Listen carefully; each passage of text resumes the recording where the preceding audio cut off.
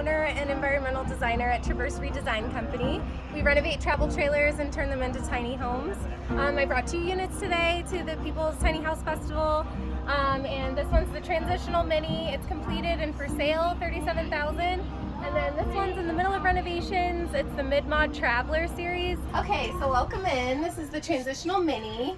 I love the mini series. It's just really small, compact design, but we really like to create open spaces and really have high design feel. I renovate real estate under 1,000 square feet in Fort Collins. And so when you walk into these, it's really all about having a home feel, but still having super high function design. So this is the Mid-Mod Traveler. We went with a mid-century modern design in here. Still in the middle of renovation, so things aren't quite buttoned up, but you can get the idea and the feel for what we're going for here.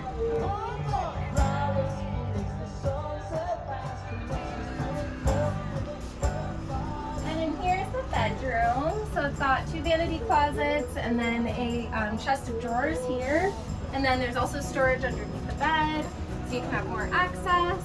And then under here you can access from the outside, and that's where the solar goes. This is full solar capacity.